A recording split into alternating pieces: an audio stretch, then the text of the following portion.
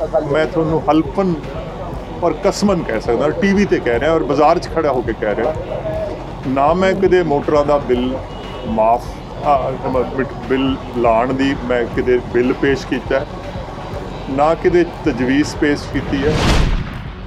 और क्योंकि लोगों की यादाश्त थोड़ी होंदी है, मैं अस्तीफा दिता सी, मैनू हटाया नहीं गया सी और अस्तीफा इस गल ते दिता सी कि केंद्र सरकार उस वेले डॉक्टर जिहड़े प्रणब मुखर्जी साहब सीगे पंजाब नू करजे दे विच कोई राहत दे रहे सी और वो राहत वास्ते मैं वो मुकदमा लड़ रहा सी। मैं मुकदमा जिहड़ा है CM साहब और अपनी कैबिनेट के सामने वो कामयाबी नाल मैं अपना पंजाब दा या अपना मुकदमा पेश नहीं कर सकिया। जे एक वकील जो केस हार जाता है और मैं वो केस हार गया, मैं अस्तीफा दिता, वरना अज मैं थोनू अज कसमन कह रहा कि मैं ना कोई बिल लिया ना पहला ना जिहड़ा सफेद पोश बंदा हुंदा है। सफेद पोश का मतलब कि जिन्हें कपड़े का सफेद पाए होंगे वो तो मंगण वाली हालात च भी नहीं रहिंदा। तो सवेरे दुकान खुलती है तो शाम तक बोहनी भी नहीं होंगी तो बिजली का बिल जिहड़ा वो सिरे चढ़ जाता है। और किते ना किते तो इहदा ब्लेम जिहड़ा है मोदी साहब नूं लैना पैना। कल्ले टीवी ते बयान दे के तो नहीं इस गल तो मतलब वो अपनी अखां चुरा सकते, इस बीमारी के अगे बेवस होए और कोई ना कोई रस्ता जिहड़ा है ये जरूर निकलूगा। मेरा दिल इस गल की गवाही दे और परमात्मा करे कि कोई ना कोई कारगर वैक्सीन मिल सके, हालात जिहड़े है ये नॉर्मल ते आ जान सब। जी मैं इस वेले मोदी साहब की कोई तनकीद करूँगा, कोई निंदा करूँगा तो ये लगेगा कि क्योंकि मैं कांग्रेस पार्टी नाल मुंसलिक है, मैनू शर्मिंदगी महसूस होती है कि नेपाल वर्गे मुल्क भी जिहड़े कि साडे छोटे भाई सी, चीन नाल कशीदगी बनी हुई है, कोई मुल्क खिते दा नहीं जिहड़ा भारत नाल कोई नरम गोशा रखदा होवे। और ये जिहड़े कि पर पिछले जिहड़े 3 सालां च इत्थे लोक सभा दे इलैक्शन भी आए, इत्थे पंचायतां दे भी आए, इत्थे म्यूनसिपल कमेटियां दे भी आए, इत्थे बाई इलैक्शन भी आए। पंजाब दे लोग अज भी कांग्रेस पार्टी ते एतबार करते सब। पिछले 3-4 दिनों तो मुसलसल जो मेरा हल्का है और हल्के दे विच भी खास करके जिहड़े बाज़ार ने, कारोबार है, व्यापार है, जिहड़े इंडस्ट्री वाले उन्होंने मिल रहे हैं और जो जिस किस्म के नुकसानात होए है पिछले 2-2.5 महीनों के जिहड़े लॉकडाउन दे, इन्हां नाल गलबात कोई अफसोस करके भी इन्हां दा अगे कारोबार का पहिया किवें चल सके। और जिस तरह थोड़े सुनने वाले भी जानते हैं कि कारोबार चलूगा तो पंजाब खुशहाल होगा। और कुछ 2-4 इन्होंने सुझाव भी दिते हैं कि जिहड़ा 1-1.5 महीने का लॉकडाउन है, जे उहदा कोई प्रॉपर्टी टैक्स दे विच सरकार वल्लों इन्हां नूं कोई राहत मिल जाए, क्योंकि सरकार जिहड़ी है ये माँ बाप की हैसियत रखती है और जिवें माँ बाप नूं अपनी औलाद का फिक्र हुंदा, सरकार नूं जनता का फिक्र हुंदा। और मैनूं ये गल कहनी तो नहीं चाहिए क्योंकि करियाने की दुकान ते बैठे हैं और शोरूमां च भी जाके आए हैं। जिहड़ा सफेद पोश बंदा हुंदा है, सफेद पोश का मतलब कि जिन्हें कपड़े का सफेद पाए होंगे वो तो मंगण वाली हालात च भी नहीं रहिंदा।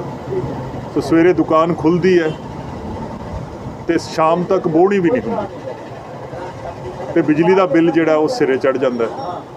सो इस किस्म के हालात बने हुए हैं। इस करके मैं अगले 4-5 दिन जिहड़े गुज़िश्ता जिहड़े गुजरे है और जिहड़े अगले है, मैं अपने इलाके दे विच सारी लोकां दी जिहड़ी कोई इन्हां दी फरियाद है, कोई दुख दर्द है, कोई मालूमात है, कि मैं सारी जाके फिर CM साहब ते अपने कैबिनेट के वजीरां नाल और जिस तरह मैं क्या कि जिवें माँ बाप नूं तकलीफ हुंदी है औलाद दी, उस किस्म की तकलीफ बनी हुई है। और परमात्मा करे कि कोई ना कोई कारगर वैक्सीन मिल सके, हालात जिहड़े है ये नॉर्मल ते आ जाण और एक बारी फिर बाज़ारां दे विच रौनक आ जाए। कोई ना कोई हल जिहड़ा है और इहदा कोई ना कोई मुस्तकिल हल जिहड़ा है वो सानू लभना पैना है। और जिस तरह मैं दुकानदारां नूं भी कह रहा कि वड्डे वड्डे मुल्क जिहड़े है इस बीमारी दे अगे बेवस होए खड़े और कोई ना कोई रस्ता जिहड़ा है ये ज़रूर निकलूगा। मेरा दिल इस गल की गवाही दिंदा। Thank you. मोदी सरकार दे अज दूजी वार जिहड़े 1 साल पूरा हो गया, किस तरह के हालात बने हुए हैं हिंदुस्तान? सब जी मैं इस वेले मोदी साहब की कोई तनकीद करूँगा, कोई निंदा करूँगा तो ये लगेगा कि क्योंकि मैं कांग्रेस पार्टी नाल मुंसलिक है, पर मैनू लगता है कि जिहड़ा पिछला जिहड़े 2 महीने गुजरे है और तुसी देख रहे हो टैलीविजन ते जिहड़े तुसी मंजर देख रहे हो कि किस तरह लोकी अपने बच्चों नूं लैके भुखे त्याए। 1947 सुनिया करते सी कि इस किस्म के काफले चलते सी और लोग जिहड़े भुखे त्याए अपने पिंडां नूं पहुंचण की कोशिश कर रहे हैं। मेरी नज़र दे विच तां ये पाप है और ये छोटा मूँह है तो वड्डी गल है। ये जदों दी डीमोनेटाइजेशन शुरू हुई है, ये बाज़ार च खड़े हैं, तुसी मैं इत्थों चला जावांगा, तुसी मेरे मगरों पुछ लियो जदों दा GST का निज़ाम नाफिज होया है और आ जिहड़े हालात, चलो ये तो बेवसी है, पर कारोबार जिहड़ा है अज डॉक्टर मनमोहन सिंह नूं याद करदा है। जो साडी खारजा पॉलिसी है, फॉरेन पॉलिसी है, मैनूं शर्मिंदगी महसूस हुंदी है कि नेपाल अर्गे मुल्क भी जिहड़े कि साडे छोटे भाई सी, चीन नाल कशीदगी बनी हुई है, कोई मुल्क खिते दा नहीं जिहड़ा भारत नाल कोई नरम गोशा रखदा होवे। और किते ना किते तां इहदा ब्लेम जिहड़ा है मोदी साहब नूं लैना पैना। कल्ले TV ते बयान दे के तां नहीं इस गल तो मतलब अपनी अखां चुरा सकदे। सो पर बहरहाल जो मैनू खुशी एक गल दी है कि जिहड़ी पंजाब दी धरती है और ये इस सरकार दी ये मत समझा जाए कि कोई आपदी कोई शोखाबाजी च गल कह रहा है। पंजाब दे लोकां ने बड़ा धर्म किया, पंजाब दे लोकां ने कोई अणजाने च तो हो सकता है पंजाब च कोई भुखा रात नूं सौ गया होवे, भावें वो अपना इत्थों का देसी है भावें परदेसी है, पर अणजाने च कोई भुखा सौ सकता है। जानबूझ के पंजाब की धरती ते कोई भुखा नहीं सुता। जिस तरह पंजाब सरकार 3 साल पूरे हो चुके हैं जी, 2 साल बाकी है, ਜਿਹੜੇ ਕੋਈ ਵਿਰੋਧੀ ਦੀ ਪਾਰਟੀਆਂ ਇਲਜ਼ਾਮ ਲਾ ਰਹੇ ਵੀ ਕੈਪਟਨ ਸਰਕਾਰ ਨੇ 3 ਸਾਲਾਂ 'ਚ ਕੁਛ ਟੱਕਾ ਨਹੀਂ ਤੋੜਿਆ ਤੇ ਹੁਣ ਕਰੋਨਾ ਦਾ ਬਹਾਨਾ ਲਾ ਰਿਹਾ, ਹੁਣ ਅਸੀਂ ਮਰ ਗਏ ਖਾਪੇ ਥੋੜਾ ਪੈਸਾ ਹੈ ਨਹੀਂ ਖਜ਼ਾਨਾ ਹੈ। ਚਲੋ ਸੈਣੀ ਸਾਹਿਬ ਇਹ ਉਹਨਾਂ ਦਾ ਵੀ ਫਰਜ਼ ਹੈ ਔਰ ਉਹਨਾਂ ਦਾ ਵੀ ਧਰਮ ਹੈ ਔਰ ਇਹ ਜਿਹੜੇ ਕਿ ਪਰ ਪਿਛਲੇ ਜਿਹੜੇ 3 ਸਾਲਾਂ 'ਚ ਇੱਥੇ ਲੋਕ ਸਭਾ ਦੇ ਇਲੈਕਸ਼ਨ ਵੀ ਆਏ, ਇੱਥੇ ਪੰਚਾਇਤਾਂ ਦੇ ਵੀ ਆਏ, ਇੱਥੇ ਮਿਊਨਿਸਪਲ ਕਮੇਟੀਆਂ ਦੇ ਵੀ ਆਏ, ਇੱਥੇ ਬਾਈ ਇਲੈਕਸ਼ਨ ਵੀ ਆਏ। पंजाब के लोग अज भी कांग्रेस पार्टी ते एतबार करते असी चंगे हैं माड़े हैं ये गल अलग है। और मैनू लगता है कि सब तो वड्डा जिहड़ा रिजल्ट हुंदा है वो जमहूरीयत का हुंदा है, लोकतंत्र का हुंदा है। और ये पिछले 3 सालों जिन्ने भी इलैक्शन आए हैं लोगों ने अज भी कांग्रेस पार्टी ते अपनी उम्मीद रखी हुई है। लोग मैनू लगता है अकाली दल नूं अजे तक उन्होंने माफ़ नहीं किया।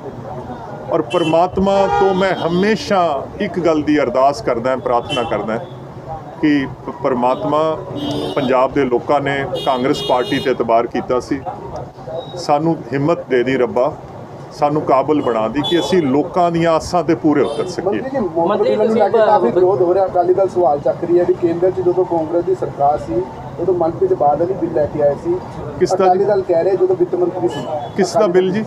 मोटर बिल सब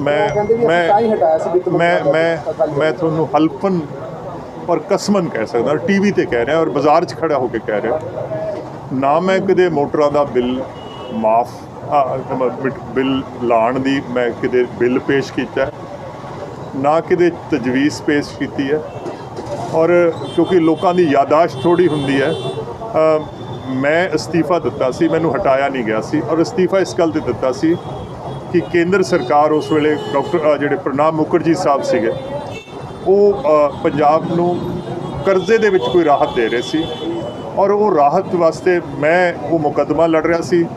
ਮੈਂ ਮੁਕੱਦਮਾ ਜਿਹੜਾ ਹੈ ਸੀਐਮ ਸਾਹਿਬ ਔਰ ਆਪਣੀ ਕੈਬਨਿਟ ਦੇ ਸਾਹਮਣੇ ਉਹ ਕਾਮਯਾਬੀ ਨਾਲ ਮੈਂ ਆਪਣਾ ਪੰਜਾਬ ਦਾ ਜਾਂ ਆਪਣਾ ਮੁਕੱਦਮਾ ਪੇਸ਼ ਨਹੀਂ ਕਰ ਸਕਿਆ।